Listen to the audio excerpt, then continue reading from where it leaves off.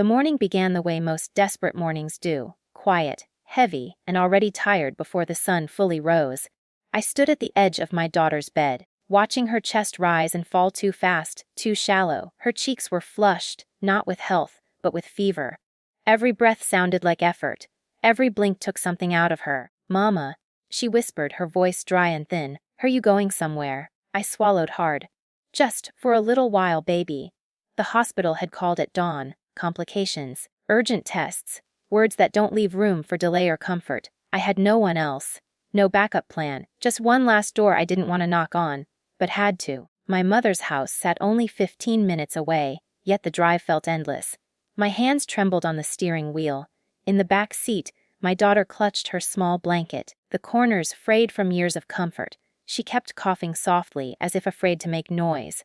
When we reached the house, she didn't run ahead like children usually do when visiting grandparents. She stayed close to my leg, pressing her warm forehead against my thigh. "Grandma will help for a few days," I said, forcing hope into my voice. "Just until Mama comes back." She nodded. Children believe what they need to survive. I rang the bell. My mother opened the door halfway, already frowning like we were an inconvenience interrupting her real life. Her eyes flicked from me to my daughter and back again. No smile. No concern. "What is it?" she asked. I explained everything at once, the words tumbling over each other. The hospital, the urgency, the fear, the fact that my daughter was sick and I had no one else. 3 days, I said. "Just 3 days. I'll call every night. I'll bring her medicine. Please." She looked at my daughter then, really looked, and her expression didn't change. Not even a little. "I'm not your babysitter," she snapped, sharp and final, like she'd been waiting to say it. "You made your choices. Don't dump them on me." The words hit harder than I expected. My daughter's fingers tightened around my sleeve. "I'll be good," she said quickly, her voice barely louder than a breath. "I won't make mess. I promise." Something in my chest twisted painfully. My mother sighed, annoyed. "See? Already manipulating. Just like you were." I felt myself shrink under her words like I always had growing up. "But this wasn't about me anymore. She's sick," I said quietly. "She just needs someone here. She has a mother." My mom replied coldly. "That's your job." I wanted to scream, to remind her of all the nights she left me alone, of all the times I waited by doors myself. But I didn't. I couldn't. Time was running out, and the hospital wouldn't wait for family drama. "I'll be back," I whispered to my daughter, kneeling to her level. I pressed my forehead to hers, ignoring the heat of her skin. "You stay right here. Grandma will open the door." "Okay?" She nodded again, trusting me with everything she had. I stood up, heartbreaking with every step backward. My mother was already closing the door. I hesitated, my hand hovering in the air, every instinct screaming that something was wrong. But desperation can silence even the loudest warnings. The door shut, not gently, not kindly, just shut. I walked back to my car feeling hollow, like I'd left part of myself behind on that porch. I told myself my mother would come around, that once I was gone, she'd soften, that no one could ignore a sick child. I was wrong. As I drove away, I glanced in the mirror and imagined my daughter sitting just inside the door, waiting like I told her to. Waiting, because she believed me. Time moves differently when you're waiting for someone who promised they'd come back. My daughter didn't know hours from minutes, only that the door hadn't opened yet. She stood where I'd left her, small fingers pressed against the wood, listening for footsteps on the other side. Every sound inside the house, chairs scraping, dishes clinking, the television humming, made her straighten, hopeful. But the door stayed closed. At first, she thought it was a mistake. Grown-ups make mistakes all the time. Grandma must not have heard her knock. So she raised her hand and tapped softly, afraid of being rude. No answer. Her fever made the world feel slow and fuzzy. The hallway lights blurred. She slid down until she was sitting on the floor, back against the door, knees pulled to her chest like she was hugging herself. Her blanket slipped from her shoulders, and she fumbled to wrap it tighter. "Mama said 3 days," she whispered, repeating it like a spell. 3 days. The first night came quietly. No food, no water. Just the soft glow of the hallway light and the ache in her body growing heavier. She curled up by the door, because that was where I told her to stay, and fell asleep waiting for it to open. Inside the house, my mother watched her shows. She heard the coughing. She heard the small movements outside the door. She turned the volume up. Morning came, pale and thin. My daughter woke up confused, her throat burning, her stomach empty. She knocked again, this time weaker, her hand shaking. "Grandma," she called. Silence. She tried the handle. Locked. She sat back down, blinking away tears she didn't understand. Children don't cry because they feel abandoned. They cry because something feels wrong and they don't know why. Her fever spiked. She dozed and woke and dozed again, each time hoping the door would be open when her eyes did. Each time, it wasn't. By the second day, she stopped knocking. She didn't have the strength. She just waited. Neighbors passed through the hallway, footsteps echoing past her. One of them slowed, noticing the small shape by the door. A woman asked softly if she was okay.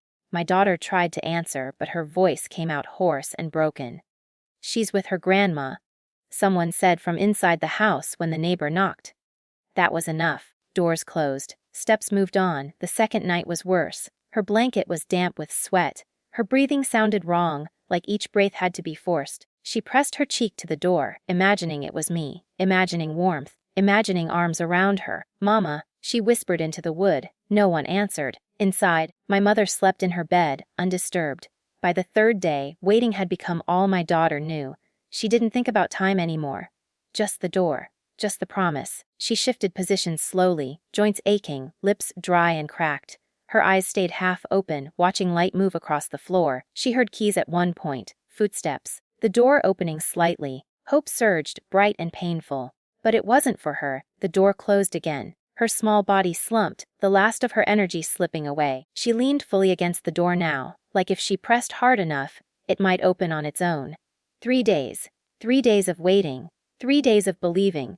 3 days of being invisible. And somewhere far away, in a hospital bed, I lay awake at night with a weight on my chest I couldn't explain, my heart racing for reasons I didn't yet understand, while my daughter waited by a door that was never meant to open.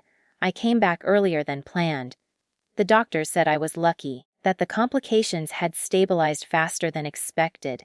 They smiled like they were giving me a gift, not knowing my hands were already shaking as I pulled my clothes back on, my mind racing toward one thought and one thought only, my daughter. Something felt wrong, not fear exactly, something heavier, like a quiet warning that had been waiting for me to listen. I didn't call ahead. I wanted to surprise her. I imagined her small face lighting up when she saw me, imagined her safe inside my mother's house, wrapped in blankets watching cartoons.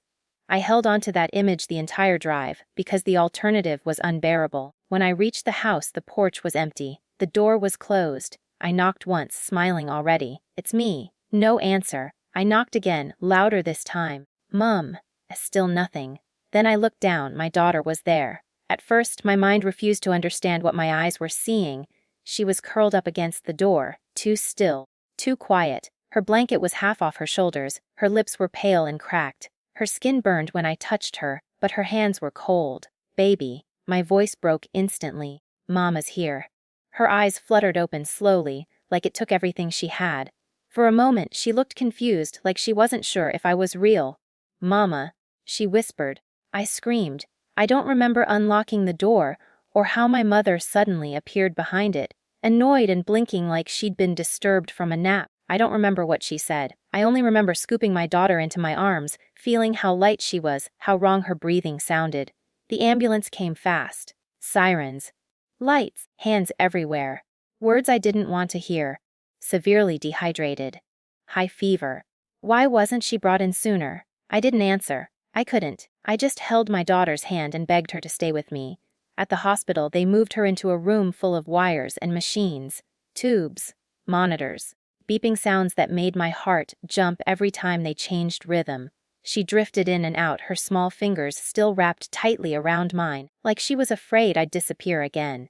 That's when the questions started. Where had she been? Who was watching her? Why hadn't anyone called for help? I told the truth, all of it, through tears and shaking breaths. The nurses exchanged looks.